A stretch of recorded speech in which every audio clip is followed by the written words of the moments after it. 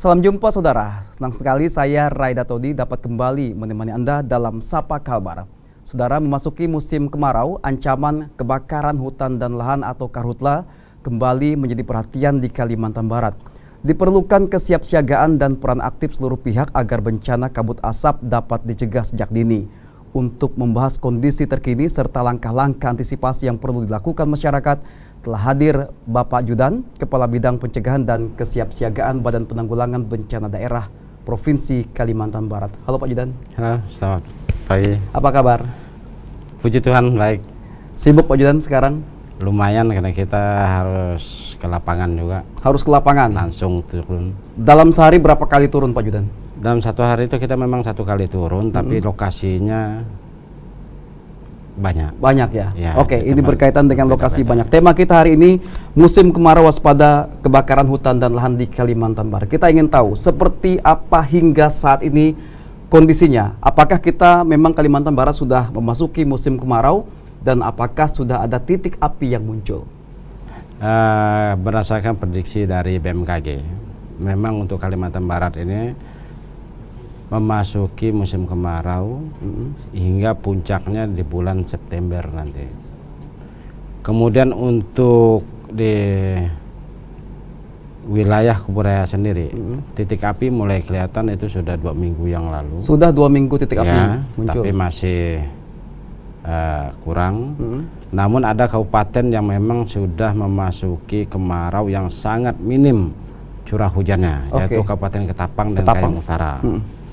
Untuk data sementara sampai saat ini itu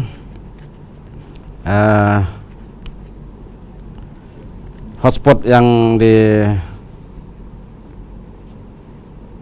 kita di Pontianak ini khusus untuk di Kalbar itu ada 500 lebih sampai kemarin. Ada 5 sampai tanggal?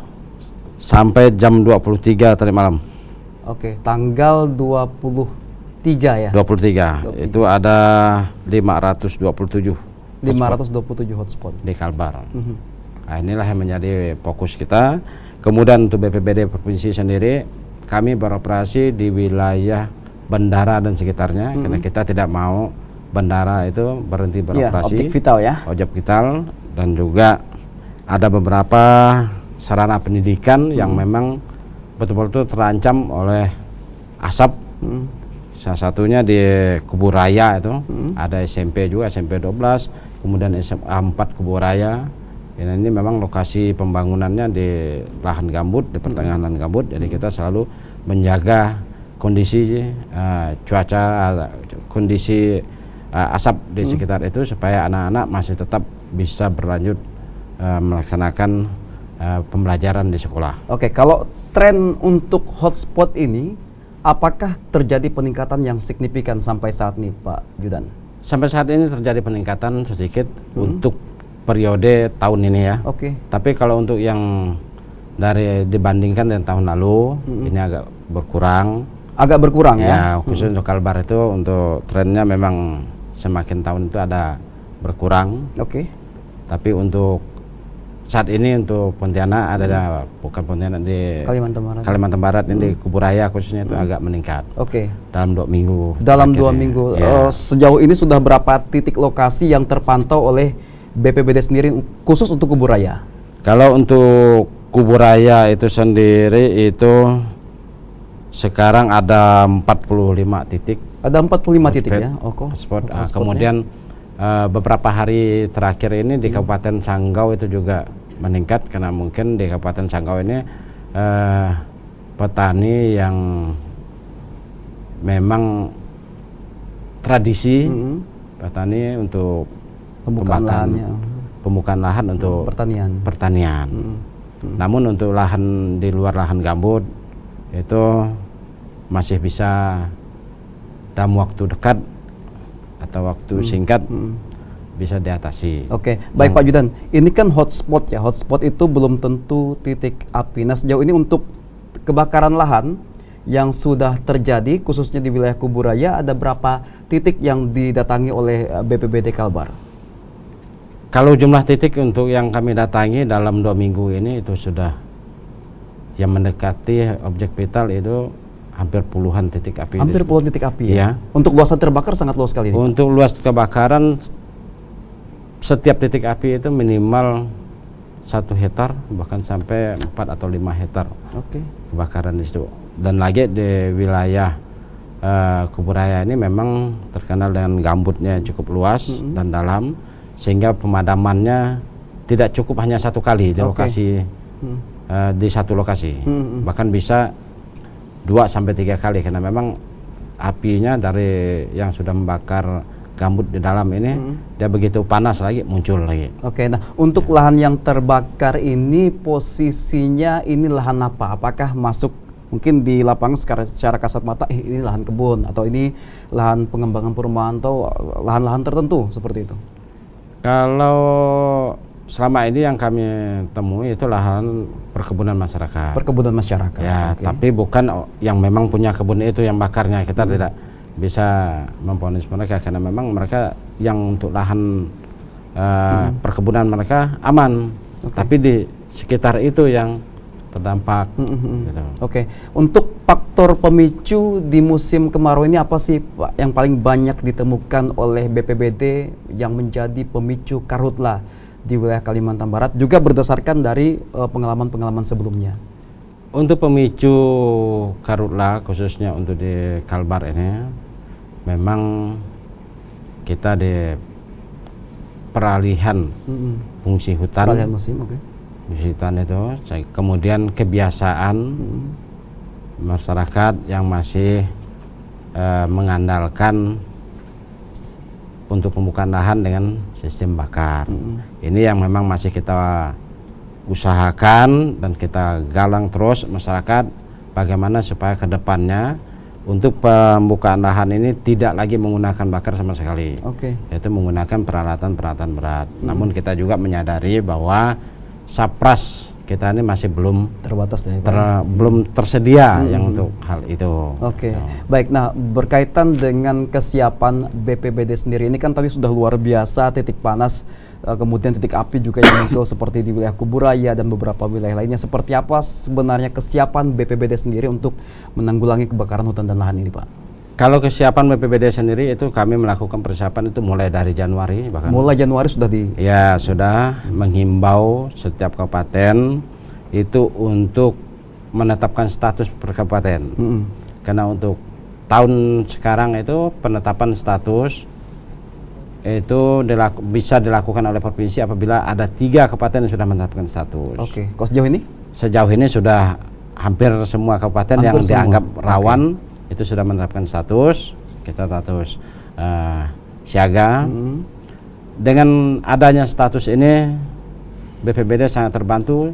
Kenapa? Karena kita bisa untuk meminta bantuan kepada BNPB pusat dalam hal sapras khusus pemadaman. Salah satu contoh kita bisa mengajukan pemadaman melalui udara, helikopter ya. Helikopter, kemudian ada juga OMC yang sudah standby di Pontianak. Sejauh ini heli yang standby di Pontianak itu sudah 5 heli yang rencananya mungkin dalam 1 minggu ke depan itu akan ada datang 1 lagi. Jadi ada 6 bombing. Ya, 6. Ini heli semua untuk waterbombing, Pak, bukan? Atau ada sebagian? Waterbombing itu yang sekarang yang ada 3 ya, oke. 2 untuk patroli, karena mengingat luas Kalbar ini sangat luas, sehingga 1 waterbombing ini kita fokuskan operasinya di wilayah Kayong Utara dan Ketapang, karena memang Ketapang ini sudah termasuk puncak-puncaknya karhutla di sana. Sampai sekarang belum ada turun hujan. Jadi ini memang yang harus diantisipasi saat ini oleh semua pihak, termasuk masyarakat, Pak ya. Termasuk masyarakat yang kita memang mengharapkan bahwa masyarakat ini dapat mengurangi aktivitas, terutama di lahan gambut yang memang kita larang, dan di pergubnya juga pelarangan pembukaan lahan menggunakan bakar khusus untuk lahan gambut. Itu memang sangat kita himbaukan kepada masyarakat. Begitu juga dari BPBD. Selain menyediakan sapras di bulan Juni kemarin kita juga sudah apel siaga. Oke, baik. Yang dipimpin langsung oleh Menko Polkam. Oke, baik. Tahan dulu Pak Judan, nanti kita akan cerita-cerita lagi. Pasti banyak juga edukasi kepada masyarakat yang penting disampaikan bagaimana cara kita untuk mengantisipasi dan mencegah sejak dini kebakaran hutan dan lahan di Kalimantan Barat. Usai jeda, tetaplah bersama kami di Sapa Kalbar.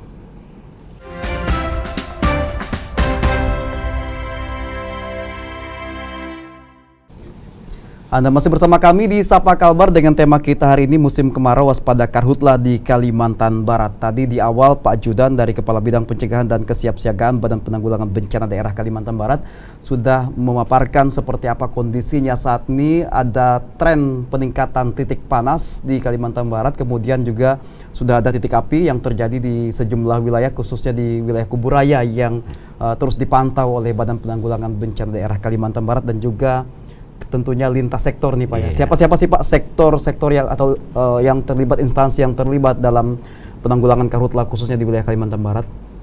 Kalau sektor yang terlibat yang selama ini memang kami intent untuk koordinasi itu TNI, Polri, Manggala Agni, termasuk masyarakat juga melalui Destana yang sudah kita bentuk. Desa Tangguh Bencana.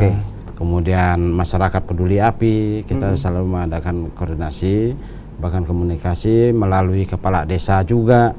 Karena kita tidak bisa untuk berjalan sendiri, kita harus memang melibatkan siapa saja yang memang berkepentingan untuk mencegah, mengurangi dari ancaman karhutla ini. Oke, nah khusus untuk Destana dan MPA ya, masyarakat peduli api ini seperti apa sebenarnya keberadaan mereka sekarang, dan sejauh mana juga harapan apa tindakan yang bisa mereka lakukan ketika terjadi bencana di wilayahnya masing-masing khususnya karhutla? Kalau untuk keberadaan mereka, karena memang khususnya untuk Destana pembentukannya khusus untuk di Kabupaten Kuburaya, karena kita daerah Sau dengan Punggur itu sudah menjadi target kita.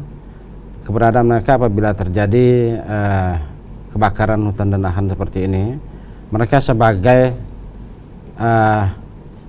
mitra untuk memantau di mana posisi kondisi titik api yang ada dan apa yang sudah mereka lakukan, dan mereka juga menginformasikan permohonan untuk dukungan dari kita. Bahkan untuk di Rasojaya ini kita sudah beri beberapa sapras seperti mesin apa segala untuk mereka tindak awalnya sebelum tim-tim yang lain sampai ke lokasi. Oke, nah bagaimana juga sinergi dengan leading sektor, lintas sektor tadi Pak, khususnya dalam penanggulangan bencana? Tadi ada BPBD, kemudian TNI, Polri, ada Manggala Agni dan instansi terkait lainnya, juga kabupaten kota untuk mencegah karhutla ini.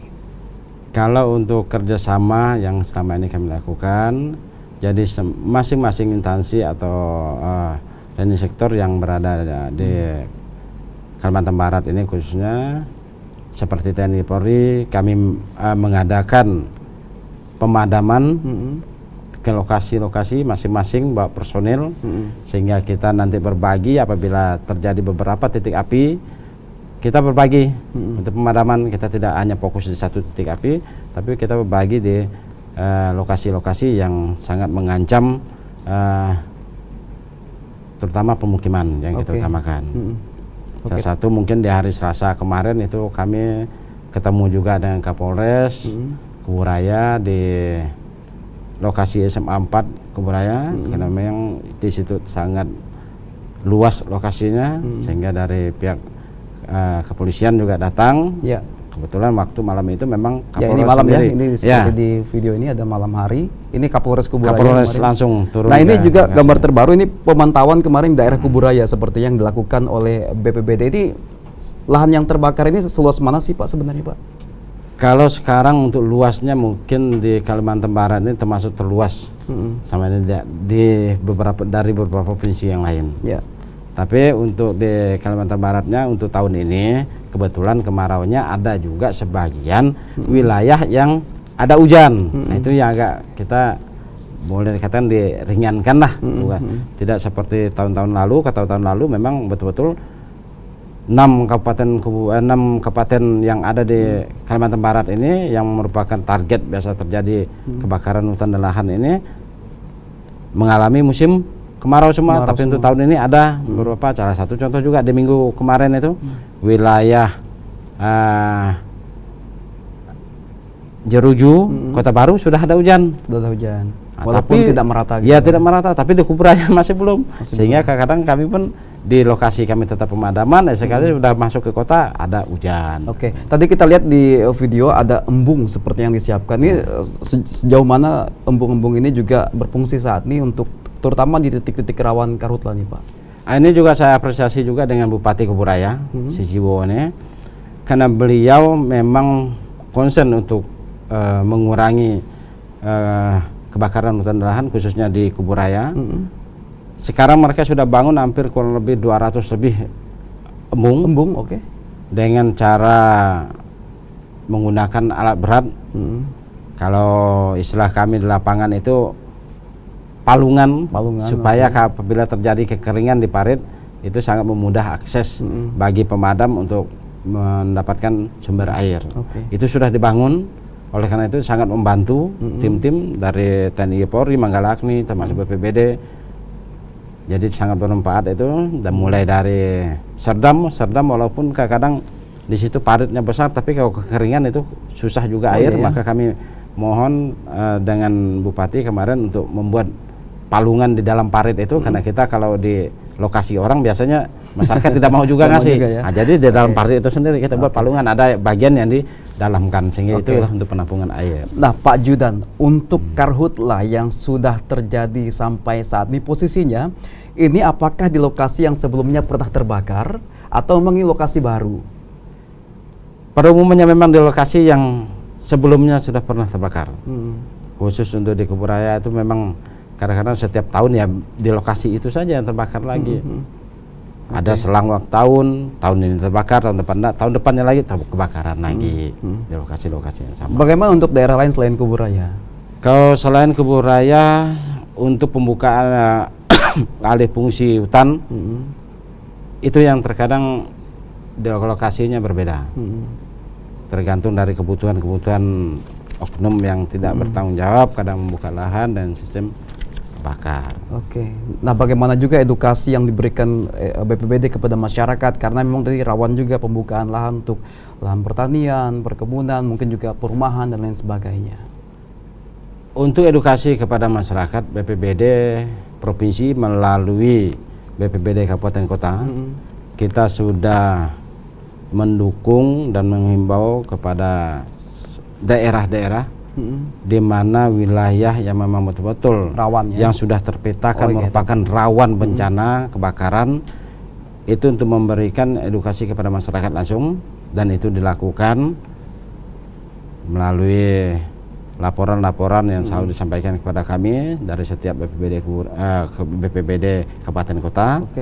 Memang kita secara sinergitas untuk melakukan secara rutin, baik waktu keadaan kemarau seperti ini maupun pra-nya sebelum kejadian. Baik, nanti kita akan lanjutkan lagi Pak Judan, seperti apa juga imbauan antisipasi dari BPBD Kalimantan Barat dan juga apa yang harus dilakukan masyarakat ketika melihat ada titik panas atau titik api di wilayahnya masing-masing. Sesaat lagi tetaplah bersama kami di Sapa Kalbar.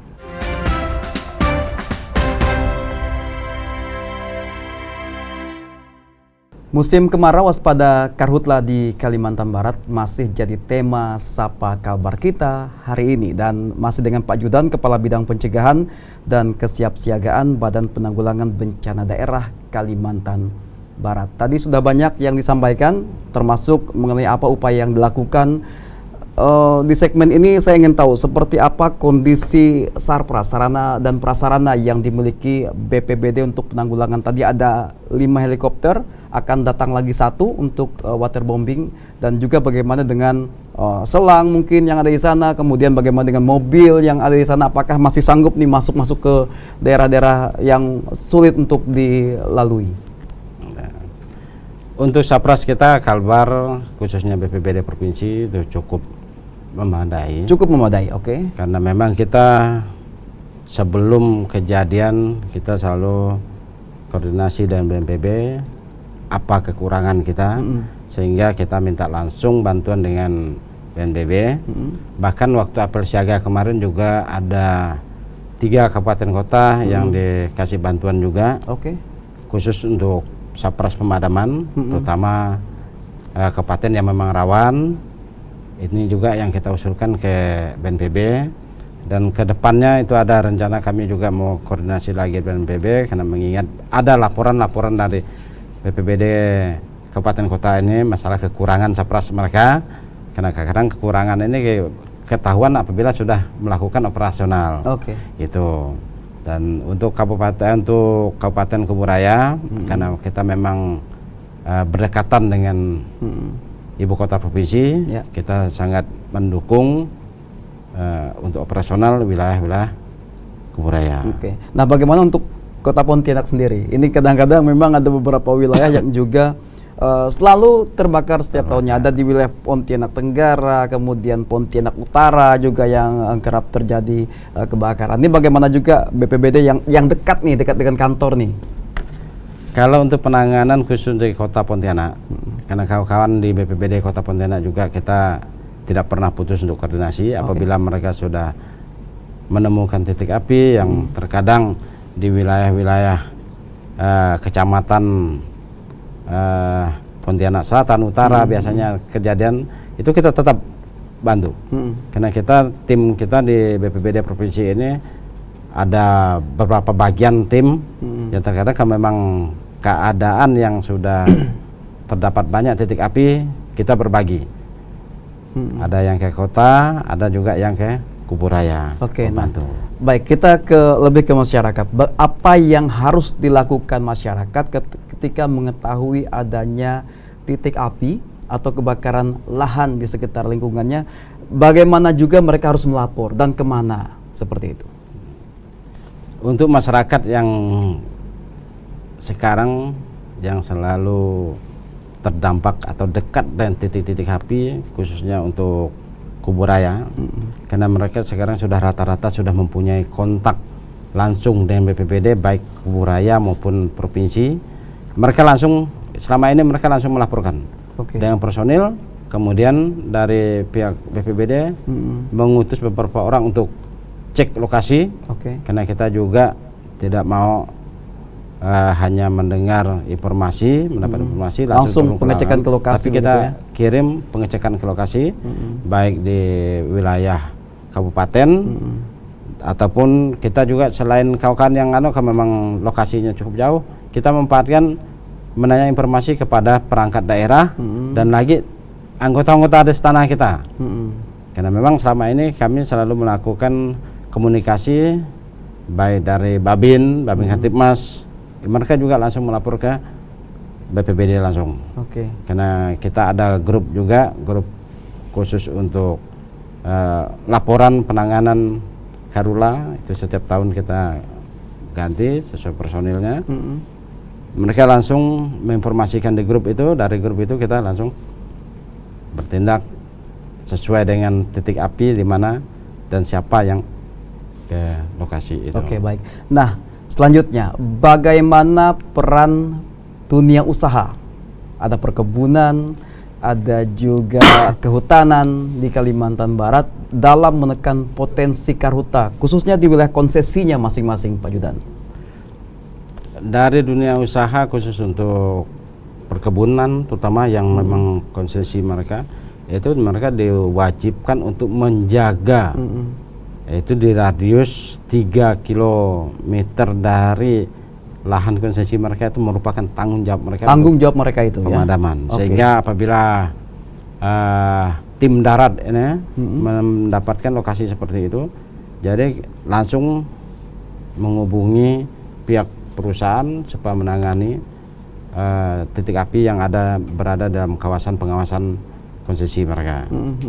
Nah, kemudian untuk yang lainnya, terutama masyarakat juga melalui kawan-kawan OPD lain yang terkait seperti kehutanan juga sekarang sudah bergerak, karena memang wilayah hutan ini sebenarnya mereka yang lebih memahami.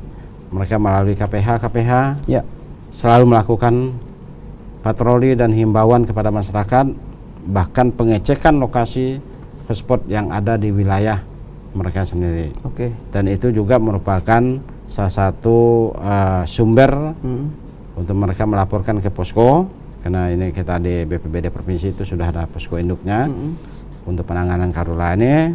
Dan yang kita lakukan juga sekarang ini itu setiap pagi dan sore itu ada briefing itu kalau paginya kita untuk perencanaan pergerakan siangnya, kemudian sore merupakan evaluasi yang sudah dilaksanakan di siang harinya.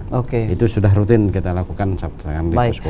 Nah, ini juga biasa ada masyarakat sedang membuka lahan untuk pertanian. Tiba-tiba ada helikopter waterbombing yang melintas dan langsung dipadamkan. Ini seperti apa sih Pak prosedurnya sebenarnya Pak? Kalau prosedur untuk lahan gambut kita tidak ada dispensasi. Lahan gambut karena di Pergub juga tidak dibolehkan. Jadi apabila ada pembukaan lahan dengan bakar di lahan gambut, itu tetap kita wajibkan dipadamkan. Baik melalui darat maupun udara waterbombing. Namun di lahan-lahan pertanian yang sekunder, yang mineral, lahan mineral seperti pertanian kayak di daerah-daerah, di perbukitan, itu kami mengharapkan apabila untuk ladang, waktu pembakarannya itu sesuai dengan aturan yang sudah ada di sore hari. Dan diharapkan jangan lari apabila ada patroli udara melintas. Ini juga masyarakat, karena ada beberapa laporan dari masyarakat, kami baru bakar ladang katanya sudah disiram. Jadi jangan lari dari lokasi itu, bahkan kalau apabila melihat heli melintas di patroli, tunjukkan bahwa ada keberadaan kita menjaga lokasi itu supaya tidak disiram atau di waterbombing. Itu memang itu sudah selalu kita imbaukan kepada kepala daerah, perangkat daerah, terutama kepala desa, supaya memang untuk di lahan mineral untuk ladang, karena memang Kalimantan Barat ini tidak bisa lari dari kearifan lokal berladang.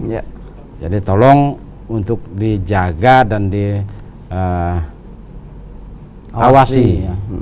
dalam pembukaan lahan untuk pertanian. Baik, terima kasih Pak Judan untuk informasinya pada pagi hari ini. Tentunya harapan kita bersama agar kebakaran hutan dan lahan di Kalimantan Barat ini tidak terus terjadi ya, malah makin berkurang, karena tahun lalu juga tidak banyak terjadi Pak Judan ya.